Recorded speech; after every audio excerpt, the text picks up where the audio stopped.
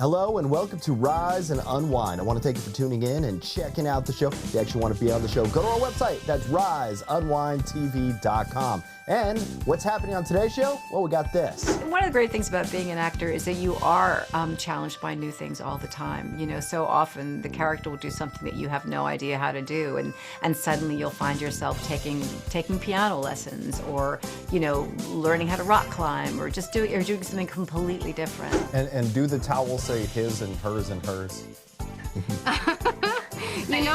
We definitely should get those. Absolutely. All of that and more right here on Rise and Unwind. Apple TV Plus's epic sci-fi drama Invasion is back for season 3, and things are getting more intense than ever. The aliens are evolving, the stakes are higher, and for the first time, all of the main characters are coming together to face the threat head on. So joining us this morning is Erika Alexander, who steps into the series as Verna, a brand new character shaking things up in the latest season. Welcome, Erika. How are you? I'm great. Thank you. How are you? I'm doing okay. I've been excited. We've been talking about this series for a little bit. For fans who have been following the series, season 3 raises the bar a bit. What makes the season stand out compared to the first 2? Well, the first 2, they were fighting the aliens and they defeated them, and there's been 2 years of peace. So they spent 2 seasons fighting really hard, but we're going to find out in the 3rd season that all is not well on the home front, and they are all together now. That's what's different. They were fighting from different points in the planet, whether it was Shioli in Japan and Gaul, wherever she went. They were. Oh, by the way, this show is an international show because they were filming in South Africa and New York and all of these places. It was a big lift, and they've been doing it well. And so it was the first time many of them were meeting in real life. So I was glad to join the cast just at that moment. And your character, Verna, is new to the story. Can you tell us about her and the role she plays in this global fight against the invasion? Sure. Verna, Marilyn was her name before the invasion. Verna is who she becomes. Was a people pleaser. And she was a person who was in support of her sister and her nephew and her boss and all of these people. But what she finds out on the other side, dealing with her deep grief, is that she becomes something else. And she uses those skills, those organizational skills, and to become a leader. And not necessarily from the greatest place, but she is very human in that journey. And one of the big shifts this season is that the characters' perspectives, they all finally collide and start, they're forced to work together. How does that change the tone or the energy of the series? I think it's always really wonderful for people who have been fans and watched the show, for people to start that they've admired, to see how they're going to work against or for with other people that they've never met. And, we imagine that the actors are not necessarily the characters, but I think there's a certain kind of buzz you get when you put 2 things together, like peanut butter and chocolate. So I think that that's really fun. And there's a lot of really great special effects and collaboration with the productions designer and all of these things happening, that, there's certain characters who can speak telepathy and all of those things. So there's a great design in the way Simon Kinberg built out a huge world. And for the characters to finally meet and work within that world is what this 3rd season is about, along with these apex predator aliens who are coming at us hardcore. And they are scary creatures, but they're also fighting these very human battles. And yeah, you're right. The show has been praised for its incredible visuals and suspenseful storytelling. What was it like for you stepping into this world and filming these big cinematic moments? It was a lot. I'm not going to lie. You need to use your imagination in order to play these characters, because a lot of the time you're staring at nothing. I mean, nothing. Look over there, scream, clap, and you just have to go with it. And that there's people who are professionals who know what they're doing. You stay in the moment and you authentically try to deliver something that's spontaneous and brand new and feels fresh, even though you're doing it over and over again. And you've got a lot of amazing background players who are inside of it. And everyone's just working to collaborate to make this world. I think humans are amazing, that we spend a lot of our time just telling stories. And we are desperate for people to understand who we are. I think that is a message in the bottle to whoever shows up. Whether we're here or not to see them, we'll see. But I do believe that that's our love letter to the galaxy, is our stories. Erika Alexander, I want to thank you for joining me this morning. You could stream season 3 of Invasion right now on Apple TV Plus, with new episodes dropping every Friday through October 24th. So don't miss it. Erika, thanks for joining me. Thank you, and appreciate the opportunity to be with you. Do you ever wonder what it really takes to turn your health around? This new series follows people facing life or death stakes as they fight for a second chance. Today, we're joined by Dr. Charles Proctor, renowned bariatric surgeon from 1,000 Pound Sisters and 1,000 Pound Best Friends, now featured in Dangerously Obese, sharing what these life-changing journeys look like up close. Welcome to the show, Dr. Proctor. How are you? Good morning, Dan. Thanks for having me. I'm great.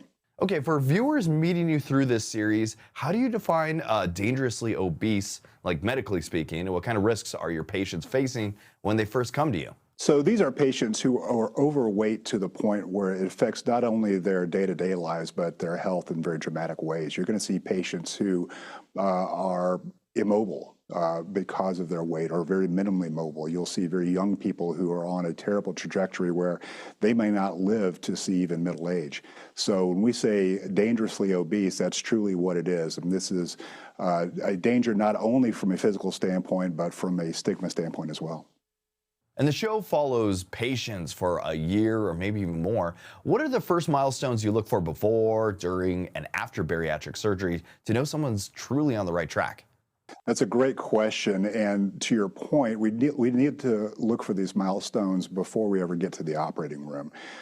These are patients who have, for the most part, lived their lives in a body that is much, much too heavy, and they've actually built their lives around that. And getting over that mental hurdle of saying, okay, I'm going to make a transformation not only physically, but mentally and psychologically. I'm going to change the way I approach life and the way I do things. I'm going to set goals for that, and I'm going to trust this process as we go through it. I'm going to make sure that I do my part nutritionally and so forth to make sure that this is successful. That's what we want to see before we even talk about approaching the operating room. And beyond the operating room, what support systems make the biggest difference, like nutrition, mental health, family buy-in? How does the series show that side of the work as well? Well, to answer your question, all of the above, right? This is a multifactorial disease that requires a multidisciplinary approach. And especially with the patients of the size that you're going to see in this show, very often they have friends and family members who are codependent. And, the very first episode, you're going to see a mother and daughter who are, the mother is immobile, the daughter is very close to being immobile simply because of their weight. And they have family members who have to give up aspects of their lives to take care of these two every single day. So not only is this a psychological hurdle for both the patients to go through, but also these family members who have set up their lives around taking care of their loved ones. And many people watching might be a little afraid to take that first step. What common myths about bariatric surgery do you want to clear up? And what does a realistic recovery even look like? The biggest myths out there are that this is a dangerous surgery. Certainly there is no procedure out there that is 100% risk-free, right? But it is so much more dangerous to allow your body to go through carrying around this much body fat. It increases your chances of heart disease, increases your chances of getting things like diabetes, multiple cancers, and so forth. Having surgery is so much more safe, so much safer than not losing the weight. The other thing is, when I hear people say, well, this is the easy way out, it's anything but. I don't think you'll find any weight loss surgery patient out there to tell you that there's anything easy about this entire process. There's no easy day. Waking up every single day, it's a battle to fight even after the surgery because you're going through such a massive transformation in your body. And once you've achieved those goals, you have to maintain this healthy lifestyle, or else you're going to find yourself back to where you started from. So certainly not the easy way out, and I would like for people to understand that. Dr. Proctor, I want to thank you for joining me this morning. You can catch out Dangerously Obese. It's available now on TLC. For clips and details, head to TLC.com and check out or look up Dangerously Obese. Dr. Proctor, I really want to thank you for joining me today. Thank you. You have a great day. Have you ever wondered what it's really like inside a plural marriage? TLC's hit series Seeking Sister Wife is back with new stories and familiar faces, exploring the ups and downs of polygamous relationships. One of those families is the Davises. Nick, April, and Jennifer are not only preparing to welcome another baby girl, but are also exploring the possibility of adding a longtime family friend as a potential sister wife. Welcome to the show, Nick, April, and Jennifer. How are you? Hi, doing well, thank Great. you. Hi, thanks for having us. All right, for those that are kind of new to the show, can you share a little bit about your journey as a family and kind of what led you to this plural marriage? Just this unconventional lifestyle is just something that's always appealed to me for quite a while. And thankfully, at whatever point I met April, she kind of fell into it also. She noticed the benefits and recognized it as being something that she wanted to do also.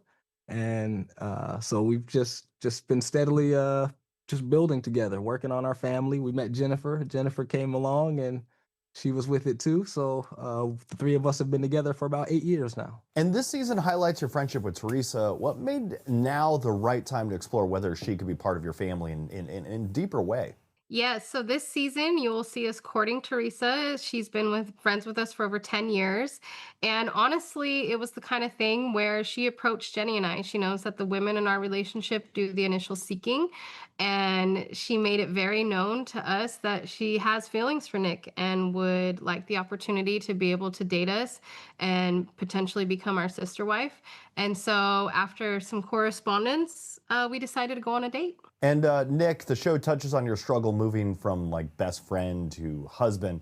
How are you working through that transition? Oh, wow. It's not easy for me because just the way that I operate in life, I don't like mixing things up. I don't like mixing relationships. So I keep my boundaries very strict. So the time that Teresa has spent as my friend, she's just strictly been my friend, all the way platonic. So to try to move things over now after having so long where her and I were just buddies, if you will, it's definitely something that's not easy for me. And with the new baby on the way, how does growing your family both add joy and maybe some challenges to this plural lifestyle?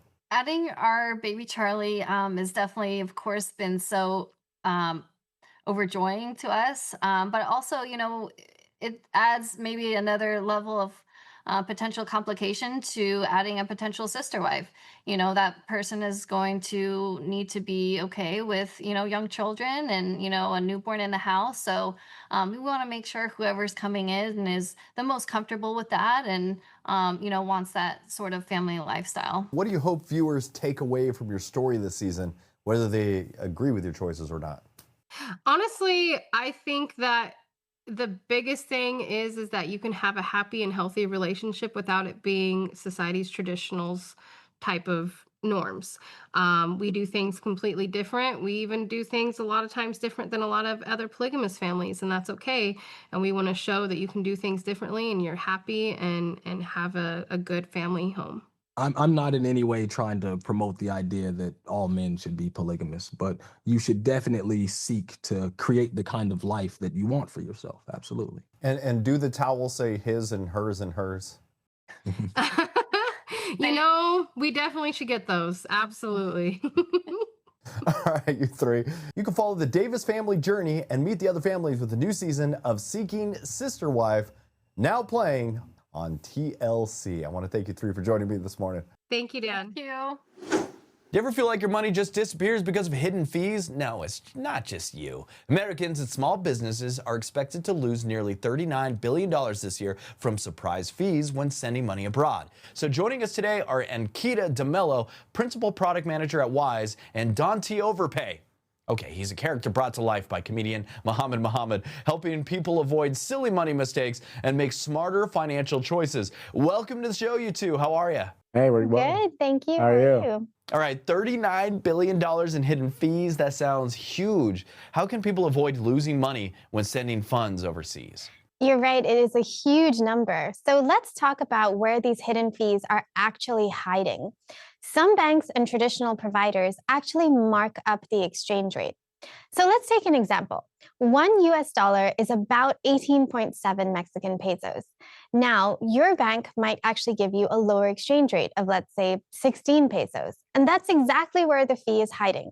For every dollar that you send abroad, the person on the other side is actually going to get fewer pesos. And that's not your fault. That's exactly how foreign fees are hidden by design. And Muhammad, your character, Don T, helps people stop making silly money mistakes. What inspired you to take on this mission, and what's your best advice for like smarter spending? I mean, yeah, that's exactly right. The purpose of making this character was to highlight or help people with their money mistakes. Recently I had a client who wanted to open up a kilt and haggis store in Scotland after finding out about his ancestry, and then found himself in a blood feud with the neighbors, as one does. And so that's not the problem. The problem is that he then wanted to send money internationally through a traditional provider. And we said, you can't do that, right? Because then you're going to end up paying hidden fees and you're just adding to the mistakes. And that's kind of the point, right, of the character is to even when you're in deep, we want to mitigate our mistakes. And for any of those haggis entrepreneurs out there, when it comes to international money transfers, what should people watch out for to avoid those sneaky costs? So the short answer is transparency, right? Sending money abroad, especially if you're doing it for the first time, can be complex and daunting, but it really doesn't have to be. Part of our focus here today is to help consumers really understand that there are more transparent and affordable options out there. Wise is an international money app that allows consumers to send, spend, hold, and receive money in over 40 currencies in just one app. And they use the real mid-market exchange rate, like the one that you can actually find on Google. And for both of you, how did the Don T Overpay campaign come together? And what message do you hope it sends? Great question. So from my perspective, our overall goal is to help American consumers understand that there are smart ways to send money internationally. We created Don T Overpay to help highlight the sneaky pitfalls that consumers may fall into and find themselves in. I've been there many times myself. And we wanted the character to be relatable. So while you might not find yourself having to open a haggis store, there are definitely going to be confusing and challenging situations that you might find yourself in. And what Don and I are really trying to do is to help consumers understand that there are providers that can help you navigate that, and you don't have to figure it all out on your own. But Don, I'd love to hear your perspective as well. Yeah. I'm here today as Don T Overpay, but I'm a real person. My name is Momo. I'm a content creator. The purpose for me for making videos is to help people feel less alone, right? And so whether that's comedic or dramatic or whatever it is. And so in working with Wise, we kind of wanted the character to reflect that. We wanted it to be a character that people can go to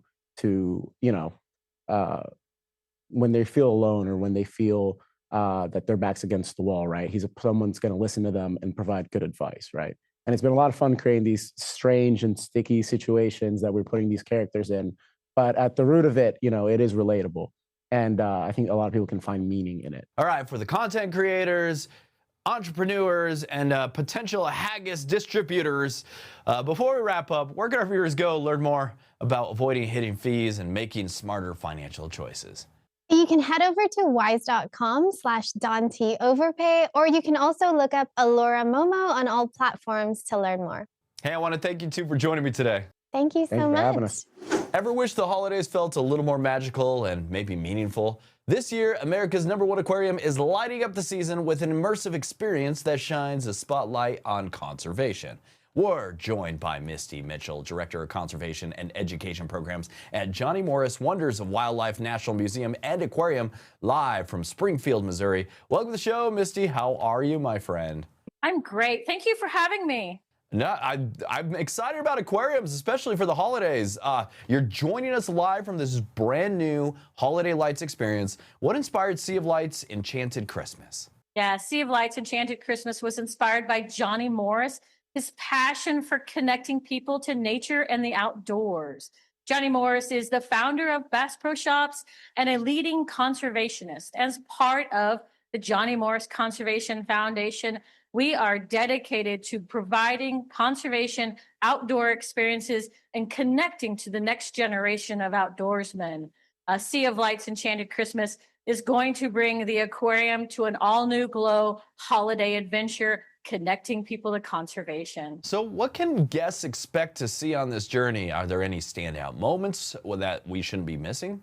Yes, guests can expect to see and experience dazzling lights like you see behind me. You're going to hear festive music and holiday scenes throughout the entire aquarium tour, but you're also going to connect to conservation. The exhibit we can see today is Shipwreck, and you're going to see the neon corals. You're going to see the illuminated stingrays. And this is just one of 12 different exhibits that you're going to experience and really enjoy and learn about conservation. Here, we're going to learn about protecting marine habitats and the importance of artificial reefs. And you keep mentioning conservation.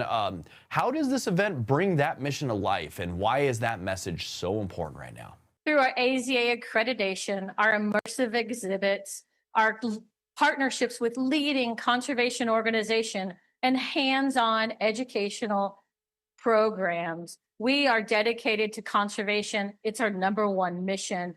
And the Sea of Lights Enchanted Christmas connects our guests with our conservation. These are our successful conservation initiatives like our Sea Turtle Research and Rehabilitation Center, and our programs, local and regional stream team cleanups and habitat restoration programs. That is awesome. Where can our families go for tickets, hours, and maybe some more details? Yes, to learn more and to buy tickets, you're going to go to wondersofwildlife.org/seasons. We hope to see every single one of you here at Wonders of Wildlife in Springfield, Missouri, celebrating the holiday season with us. That sounds like a fun little trip. Thanks for joining us today, Misty. Thank you, and have a Merry Fishmas.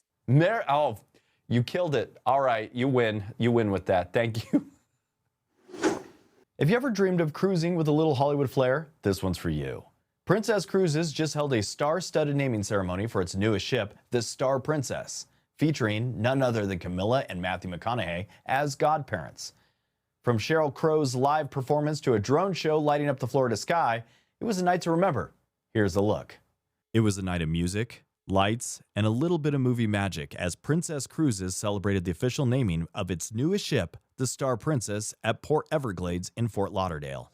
Grammy-winning artist Sheryl Crow took the stage, helping set the tone for a celebration that blended Hollywood glamour with a time-honored maritime tradition. The highlight came as Princess Cruises officially welcomed its newest godparents, Camila and Matthew McConaughey, co-founders of Pantalones Organic Tequila, and now part of a legendary tradition that's included icons like Princess Diana, Audrey Hepburn, and Sophia Loren. Known for their warmth and creativity, McConaughey's perfectly capture the Princess Cruises spirit of life well spent, celebrating connection, family, and adventure. The evening built to the ceremonial bottle break, wishing good fortune for the Star Princess and all who will sail aboard her. Guests were treated to a dazzling drone show inspired by the Northern Lights, lighting up the Florida sky in true princess style. At more than 177,000 tons and designed for over 4,000 guests, Star Princess takes luxury at sea to the next level. She features 30 dining and bar venues, next-generation entertainment, and elevated spaces like the Sanctuary Collection, the Dome, and the Arena. Plus, Spellbound by Magic Castle, a speakeasy experience created with Hollywood's famed Magic Castle. After debuting in the Mediterranean, the ship now begins her Caribbean season from South Florida, before sailing through the Panama Canal and on to Alaska. From world-class entertainment to unforgettable destinations, Star Princess is charting a bold new course for Princess Cruises. Learn more at princess.com. November is Alzheimer's Awareness Month, a time to shine a light on brain health and early detection. You know, more than 7 million Americans are living with Alzheimer's, and experts say nearly 80% of people would want to know if they were at risk before symptoms start affecting daily life. So joining us today is Academy Award-winning actress Julianne Moore, who's gained powerful insight in Alzheimer's disease through her Oscar-winning role in Still Alice, a movie I absolutely loved. She's here to talk about the Brain Health Matters campaign and why being proactive about our minds is so important. Welcome to the show, Julianne. How are you? Hi, good morning. I'm fine. How are you? I am struggling just to wake up, but I'm getting there. Okay, good. You're working with Lily on this new Brain Health Matters campaign. Can you tell us what this is all about? Well, the campaign is really wonderful, actually. It's to encourage people to prioritize their brain health, to talk to their doctors about their risk factors for Alzheimer's, and to ask for a cognitive assessment. Because so often we don't prioritize our brain health. We're used to going for our physicals and getting our blood pressure taken, getting a mammogram, getting a colonoscopy. But the brain is the control center for the entire body. So why shouldn't we have a cognitive assessment when we go for our annual physical as well? So why do you feel that it's so important to take early action, even when someone feels perfectly healthy? I think the more you know about your own health, the better off you are, the more you advocate for yourself. As you just said, I think you just named the statistic that, 4 out of 5 people would like to know if they had Alzheimer's before symptoms started so that they could do something about it. And there are physical things that you can do that may mitigate symptoms. I mean, certainly there's a huge correlation between physical health and brain health. Sleep, exercise, diet, social engagement, learning something new, staying active, all of those things contribute to a healthy brain. And you won an Oscar for Still Alice. I love that movie. It's a film that deeply explored Alzheimer's disease. How did that experience change your understanding of the condition? Well, it's interesting that you said it deeply explored Alzheimer's disease, because what was really unusual about it was that it deeply explored Alzheimer's disease from the perspective of the person with the disease. So often we see these stories kind of told from an outsider's point of view, but this one put a person at the center of it. And really, I think for the person who wrote the book upon which the movie was based made the character younger. She had her have early onset, because so often people think that Alzheimer's is simply a condition of aging, that it's not a disease, when in fact it is a disease. So she really wanted to show the progression of the disease, and that it's not just about memory loss, but about function. And can change things like, our personality, our relationships to others, our ability to function throughout our life. So that was what was so unusual about the film. And on a personal note, what do you think you do to take care of your own brain health? I exercise. I do a lot of yoga. I eat pretty well. I try to learn new things. I try to make sure that I feel stimulated, and that even walking a different way, using a different hand when you're writing or eating. Anything that you can do that breaks up your routine is going to be stimulating for your brain. Are there any projects or anything that you're working on lately that you could talk about? I made a movie earlier this year with Jesse Eisenberg where I sang, and that was certainly very stimulating. How did that go for you? It was great. It was really, really fun. But one of the great things about being an actor is that you are challenged by new things all the time. So often the character will do something that you have no idea how to do, and suddenly you'll find yourself taking piano lessons, or learning how to rock climb, or doing something completely different. And so I think that's one of the things I love the most about what I do. All right. And finally, where can our viewers go to learn more about helpful resources for Alzheimer's and maybe some brain health? There is a wonderful website, brainhealthmatters.com, and you can go there for more information. Hey, you are a hero. I want to thank you for joining me today. Thank you. So nice to talk to you. Thanks so much. And that's it for Rise Unwind. I want to thank you for tuning in and checking out the show. Go to our website, riseunwindtv.com. Follow us on social media. That's @Rise Unwind. And until next week, that was Rise Unwind.